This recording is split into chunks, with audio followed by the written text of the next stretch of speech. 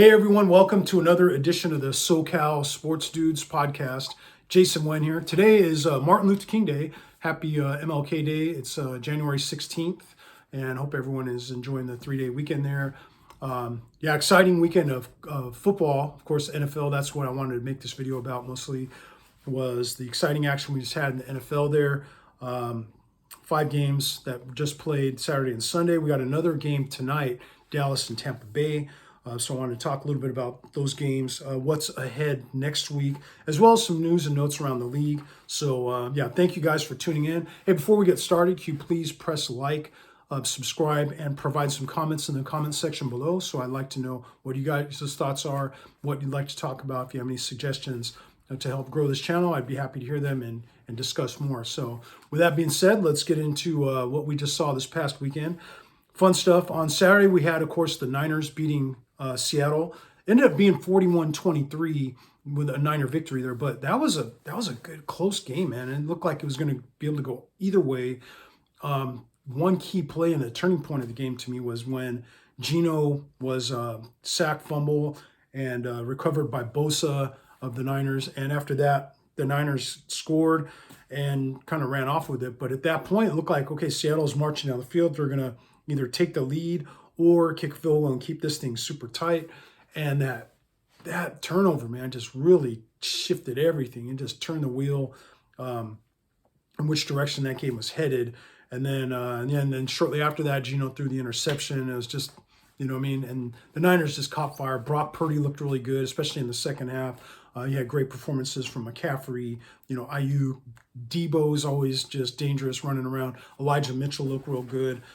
So the Niners, man, they took care of business at home there. Good year, though, for Seattle. It's kind of a bummer to see them kind of compete like that and then kind of just end up the way it did there. But, I mean, you got to be happy if you're a Seahawks fan, the way the year went for them. I mean, nobody expected them to get to this point. Of course, they did get a little help to get into the playoffs there, but good year for them. They have now a top pick thanks to Denver's, Denver's rough year. You got the Russell Wilson trade. You got a good pick there. You got your own draft pick. So you got a lot of reasons for optimism there in Seattle. So, but Niners, good job for them. They were obviously a team that I think well positioned to take this thing all the way. Of course, getting through Seattle, of course, was the first test, but good job for them. They're looking good, man. And next week, we'll see. They'll have a home game again against the winner of tonight's game. So we'll get more into that. But Chargers, Jacksonville. Jacksonville ends up pulling it out 31-30. Chargers had a big lead, man. They're up 27-0, 27-7 at the half. Lawrence had thrown 4 picks in the first half. It looked bad for Jacksonville. They just looked like too big of a moment for them, for a young team. But man, give them credit. They came back there. Doug Peterson, I think, just kept everything steady as she goes. Lawrence looked like a whole different guy there in the second half. Give him credit for turning it around and getting back on track there in the second half, not giving up or getting too rattled. He looked a little nervous there, of course, in the first half, and the Chargers had a good game plan to open the game. But, man, it just really a contrast there of night and day, first half, second half. It just really shifted. Chargers just lost all the momentum and just Jacksonville just got things going, and then just Chargers couldn't do anything to stop it. Bummer there for Charger fans. I'm not really one of them, but they had a big lead. It looked like they were in great position to just get ready to advance into the next round, and they just could not finish it off and close the deal there. So give credit to Jacksonville. They hung in there. They're a feisty group. Doug Peterson has had past success in the playoffs, and they came back from what looked like an insurmountable deficit there. Came back to steal the win. Big play too when they actually got the 2-point conversion toward the end of the game, and then of course when they kicked the field goal rather than it being just a tie, that ended up being the game winner. So there it is. It just seems like Peterson knows when to go for it on 4th or when to go for 2, and man, a little bit risky sometimes, but it's like, wow, does it pay off when it works? And wow, I mean, good job for Jacksonville, young up and coming team, and poor Chargers are gonna have to figure it out. And I think that Staley, though, now come back to bite him a little bit, not having Mike Williams, who's one of Herbert's favorite targets, wasn't available for the game because of him being injured in the week before. So, but nonetheless, Jacksonville advances. Chargers are now headed home for the rest of the playoffs. Sunday, we saw some fun ones as well. I mean, all these games were just insane. 4 to 5 were one-score games, and the one that wasn't was looking that way for until the like I said, the momentum shift there. But Buffalo beat Miami in the early game. Wasn't the greatest performance there in the world by Buffalo. Some sloppy turns, but Miami just scrappy, man. They hung in there, even though they seemed undermanned. They had their third string quarterback in there, yet they're hanging in there, and they only lost by 3 points. So Buffalo's got to obviously play a little better than this if they're going to be planning on moving on beyond the second round here. And Buffalo, I thought would have a big leg up with the quarterback being down to a third stringer rookie, no matter with no less with in the playoffs. So it's just, man, sometimes you never know. You got to give kudos to Mike McDaniel for being able to make this game closer than people would have expected. It was kind of a high point spread, and of course these are division rivals, so there's some familiarity there with those two. But give credit to Miami for hanging in there. But Buffalo, kind of fortunate to move on to the next round. But nonetheless, a win is a win. Sometimes doesn't matter how many points you win by. You get the W and you move on. So that's what Buffalo's doing. Giants pulled out the win. They went on the road and beat Minnesota in Minnesota.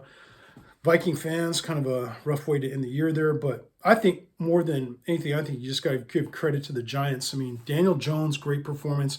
Saquon Barkley was solid. You had Hodgins step in and have a great game.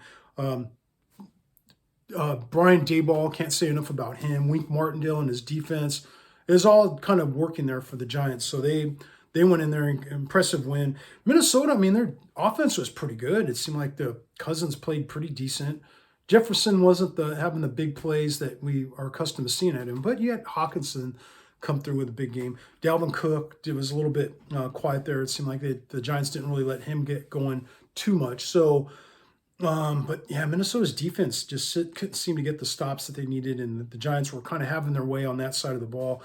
But yeah, tough way for Minnesota to end the year. But Giants, good job for them. They move on to the next round.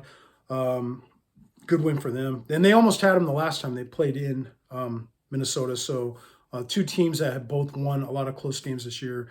But Giants pulled out the win here, 31-24. Cincinnati wins the evening game over Baltimore, 24-17. That one ended up being pretty close, closer than I thought, because I thought with Huntley being the quarterback, okay, advantage Cincinnati, but two division rivals. Again, these teams know each other. Maybe Baltimore has more, experience playing against what the Bengals throw at them and stuff. So yeah, and that one really came down to that one play there where Huntley's trying to extend over the goal line. Ball gets knocked out, picked up, scoop and score, 98, 99-yard touchdown there by, was it Hubbard all the way to the other end. I mean, that's, wow, talking about a game changer, man, a turning point in the game.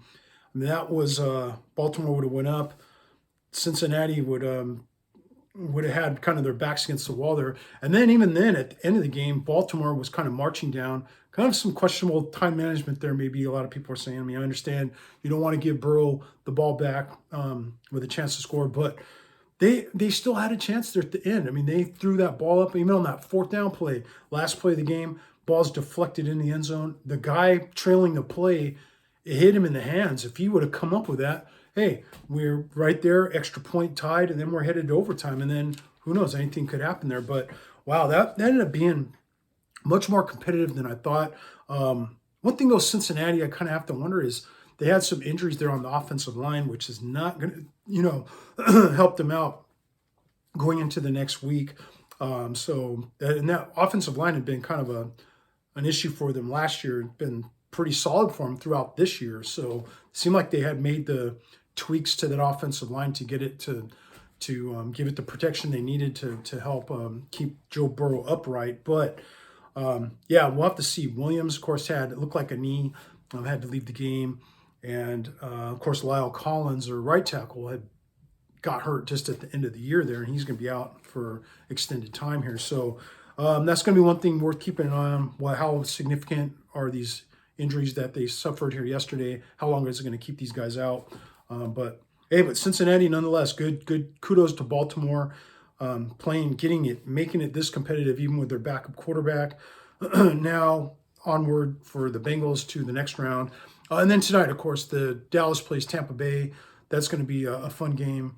So winner of that will play the Niners. So excuse me. With that in mind, Jacksonville next Saturday, we'll have the divisional round, which tends to be, I think, my favorite week of the playoffs, because you got the final 8 teams. I think the best 4 matchups. You weed out the extra teams that kind of, that obviously didn't make it past the first round. But the 2 teams, there's no more bye weeks. The 2 teams that did have the bye are now back in there playing. So it's everyone out there, and this is the final 8. And that's what makes it fun, seeing what will happen here. So we'll have 2 games Saturday, 2 games Sunday. Jacksonville at KC. Early lines, I'm looking at covers.com, which is a good website for point spreads, information, team-by-team info, stats, injury reports, things like that. I love checking them out. Covers.com for pro, college football, basketball, baseball. If you want to look at who's matched up against who and what the lines are, good place to look at. I also like going to vegasinsider.com, another good one where you could kind of see multiple sports books and what the point spreads for the games are. But early look anyway, this is as of Monday the 16th. KC's an 8.5 point favorite at home against Jacksonville, 51.5 over under. So Jacksonville, man, they're a team that's playing a little bit with house money here, winning the division, and now advancing past this first round, going to play a KC team that I'm sure is, focused and dialed in, trying to get to the ultimate goal of, getting to the Super Bowl and winning it. They have come up a little bit short there the past couple of years. So team, though, that with Mahomes and the weapons they have there and Andy Reid, they got bigger things in mind there, and they're going to be waiting for Jacksonville. But Jacksonville, man, is a feisty team. It's got a lot of potential in a lot of the skill positions. A defense that has a lot of athletes on it and is making plays. They're well coached by Doug Peterson. Of course, Peterson is a former Andy Reid guy, so that's going to be kind of neat to see the mentor and kind of his protege kind of going at it there. So fun matchup there next Saturday. The Giants, another team that I think is playing with house money, and watch out for them. They're going to be going to Philly, so we'll have a division matchup there. Philly's early look is 7.5 point favorites. Over under is 48.5. Giants had, of course, the impressive win yesterday against Minnesota. Team that, there's so much familiarity with these 2 teams. They know each other like the back of their hands. Philly, of course, has some questions. How healthy is Jalen Hurts? We all knew he was a little banged up there toward the end of the year with the shoulder. Has that and gotten enough rest? And can Philly take the next step that they weren't able to make last year with their loss in the playoffs to Tampa Bay? It's going to be fun, man. The Giants, they're playing good ball. They're well coached by Dayball. And Philly is a team, of course, that is the 1 seed, but has can't take this opponent lightly and knows better than anybody, I'm sure, that the Giants could be dangerous if you run into them, especially on the heels of the win. They're probably a confident group right now as well. So watch out for them. Sunday, Cincinnati's at Buffalo. Buffalo's a 4.5 point favorite, over under 50.5. So that's a fun one. I think that was a matchup a lot of people were predicting was probably going to be taking place here. 2 teams that were, top, in my eyes, top 3, along with KC in the AFC. So winner of this one is going to move on to play that winner of the KC Jacksonville game. So going to be fun, man. Buffalo's got the, of course, home field advantage here, but since you got Joe Burrow and Jamar Chase and company, that's T. Higgins. That's a team that I'm sure a lot of teams don't want to run into. And, Burrow, they came so close last year. Josh Allen, man, they got to take care of the ball and not no turnovers. They better be, I think, got to be a little more efficient than they have been. If they play the way they played last week against Miami, they're not going to will probably have as good of a chance to beat a team like Cincinnati here in the second round. And then finally, it'll be the winner of tonight's Dallas-Tampa Bay game. We'll travel to San Fran to play the Niners. So no point spread, of course, yet on that. I don't see.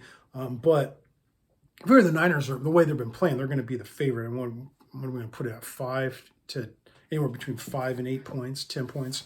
Depends who they match up. Of course, they put a beating on Tampa Bay. And that was in Brock Purdy's first start there. They've shown they could beat Tampa.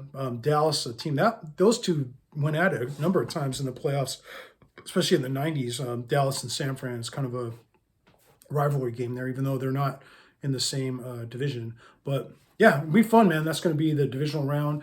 Winners of those games, of course, will move on to the conference championships, which are scheduled for January 29th. And after that, it's on to the Super Bowl, which this year is going to be at State Farm Stadium in Glendale, Arizona, on February 12th. So we are headed that way, man. It's fun to see these things, keep an eye on these things as they move forward. I want to go real quick through some news and notes on the league as well. It was announced earlier today that I don't know how legit this is or if it's just a report, but I still kind of wonder until it's official. But Jim Harbaugh announced he's going to be staying at Michigan. Okay, good for Michigan. I just wonder, and we'll probably be revisiting this again next year with him flirting with teams or job openings in the NFL. Some free agent quarterback lists that potential or either scheduled to be free agents or potentially could be free agents. Tom Brady, Lamar Jackson, Geno Smith, Daniel Jones, and Jimmy G. So going to be fun to see where these different guys end up. I like doing a video on musical or QBs around the league, so I'll be sure to do one to see which teams might be making changes and who might be going where, which quarterbacks that are available are candidates to be moving to whatever team. So it's going to be fun, man. I think those are just 5 of the more prominent names on that potentially could be on the market this upcoming offseason.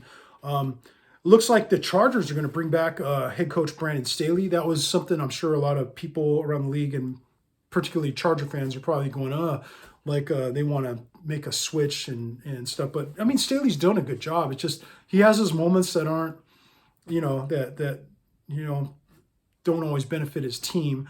But hey, the Chargers are a franchise that I don't think they're not exactly known to be,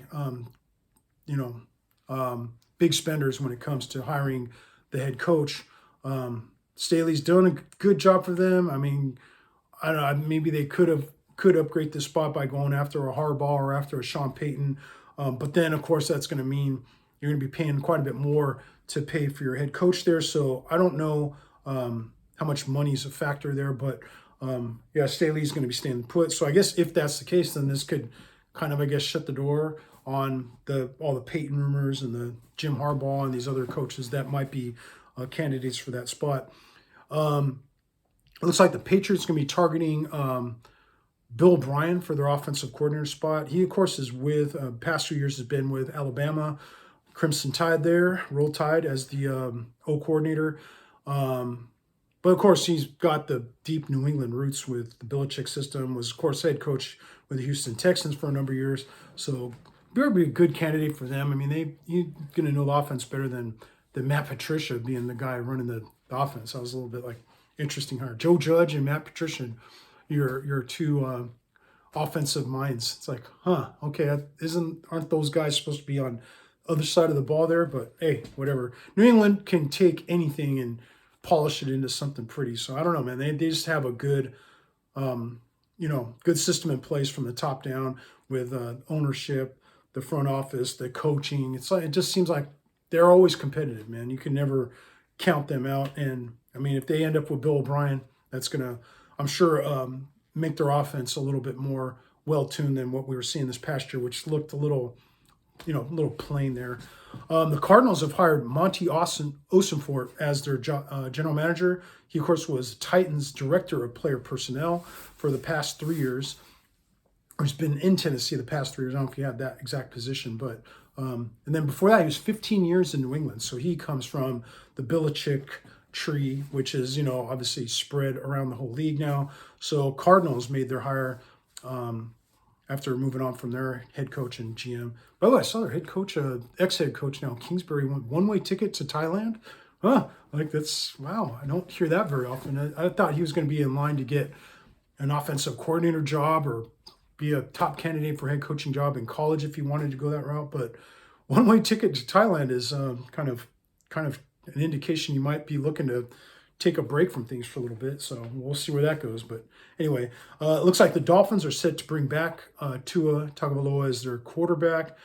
There had been whispers maybe they're going to get in the Tom Brady discussions. I don't know. But anyway, they mentioned here Tua's coming back. Of course, he couldn't play there in yesterday's game because of concussion and some of the injuries he's had. But yeah, man, I like Tua. I just wonder if how lengthy of a career he's going to be able to have and how healthy he can stay.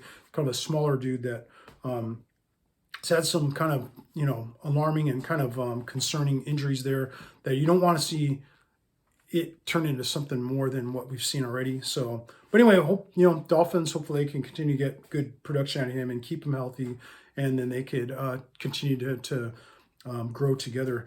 A couple of coaching updates around the league.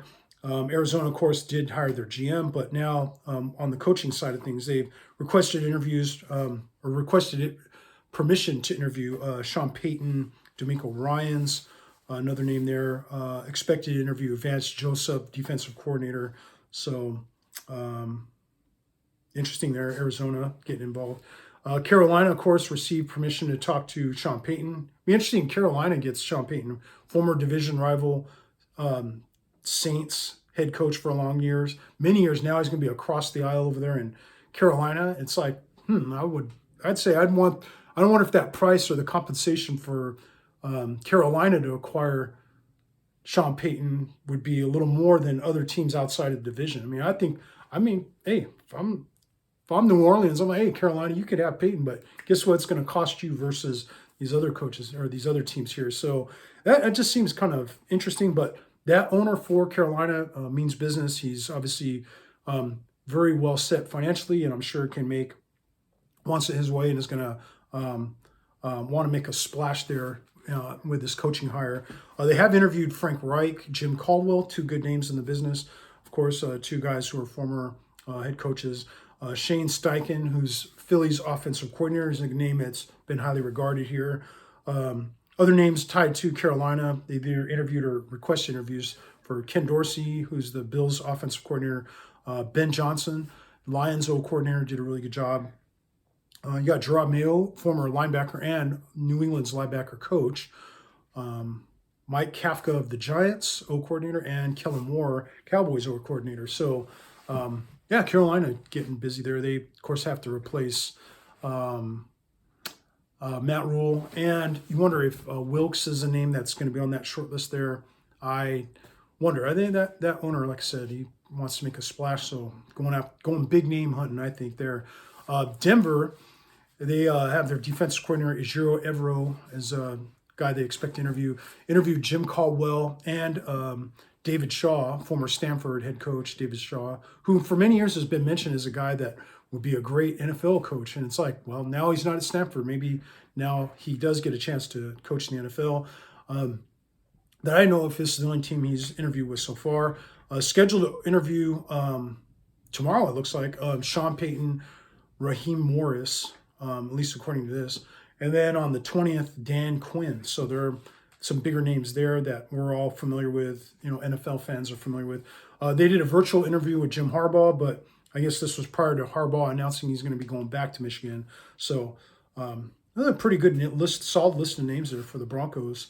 Of course, it was just a year ago, it was a very desirable job with all the ingredients to make a contender with. A good defense, you had some receivers, you had a Russell Wilson, everything's looking good. And then tough year, fire the coach. Now they have to, of course, they traded away some of their draft capital to get Wilson. So anyway, though, it's like still, I think, a job that guys are going to want to go after. And then very wealthy ownership group there in Denver as well. So I'm sure, will be well compensated for agreeing to terms to be the head coach.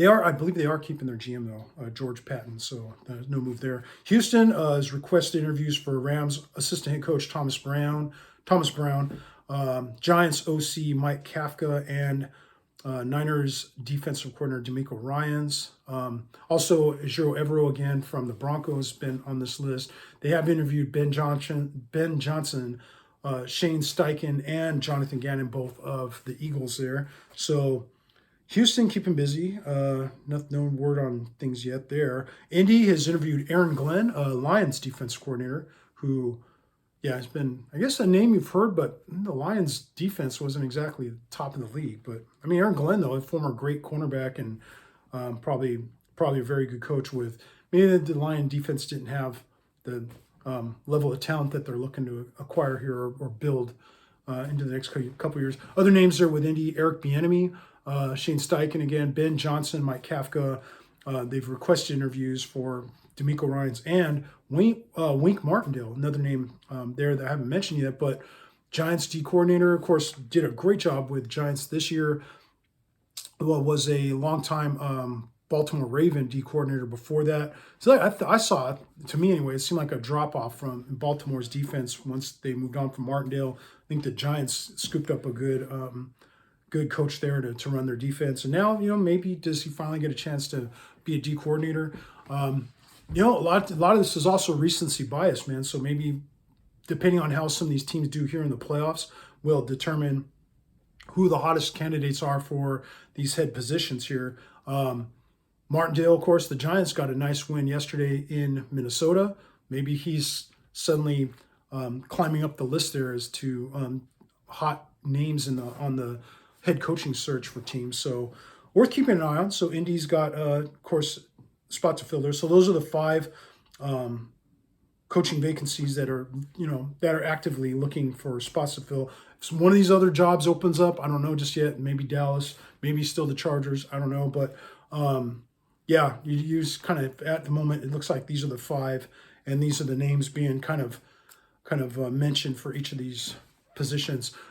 Tennessee doesn't have a head coach, but they're searching for a general manager. Of course, their director of player personnel there, Osendorf, went to Arizona, so they have interviewed Rand Carthen, San Francisco's assistant GM, Glenn Cook, who was Cleveland's assistant GM, Chicago assistant GM, Ian Cunningham, and Tennessee's vice president of player personnel, Ryan Cowden. So those are the names that are out there. So for the Titans, of course, it looks like Mike Vrabel, no need to make a change there. Just get the right GM that maybe can work with the style of play that Vrabel likes to play. And I mean, it's gotten them results in the past. I mean, number 1 seed last year going into the playoffs, kind of a off year this year, but I think they can easily get right back in the thick of it there with the right GM hire, a couple of moves here and there, and get that roster all kind of tuned up there. So, but anyway, man, wanted to come at you guys with a quick update on